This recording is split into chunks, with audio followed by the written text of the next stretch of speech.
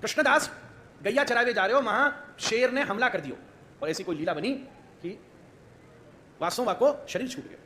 कुम्मन दास जी पद गा रहे थे, पद गाते गाते गाते गाते किसी ने आवाज दी, अरे कुम्मन दास जी रुको रुको रुको, ठहरो, क्या हुआ? बोले ऐसे ऐसे कृष्णदास की मृत्यु हो गई, बाघ ने हमला कर दिया। कुम्मन दास जी मूर्छित होकर गिर गए, रोने लगे।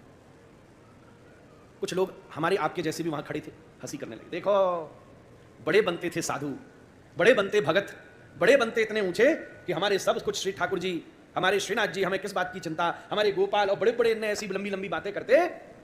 पोल खुल गई सबके सामने, बेटा के मृत्यु की खबर लगी और देखो कहते कैसे बेहोश होकर गिर गए, रो रहे हैं, बिलबिला रहे हैं। लोगों ने हंसी करना शुरू किया।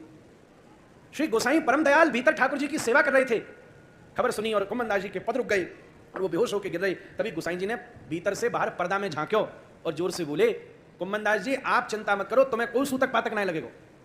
जैसे ही कही कुम्मन दास जी एकदम प्रसन्न होकर बैठ गए, आंसू सब पहुंच लिए और बैठ के पद गाना शुरू कर दिया। तो सबने कही क्या बात कर रहे हो गोसाई जी, शास्त्र, अरे ठाकुर जी के मंदिर में जाके बेटा की मृत्यु हुई हो, भाई सूतक पातक नहीं लगा। बोले कुम्मन दास श्रेणी के भक्त को कोई सूतक पातक नहीं लगे महाराज, जाके पद के गाने बिना श्रीनाथ जी सेवा न स्वीकार करें, ऐसे भक्त या सकते परे हैं। सुनते ही वो आनंदित हो गए। लोगों ने एकदम क्षमा मांगी। पतो चलो कुम्मन दास जी पुत्र के शोक में बेहोश नहीं हुए, इसलिए बेहोश हो गए कि अब 13 दिन तक ठाकुर जी की सेवा नहीं हो पाई।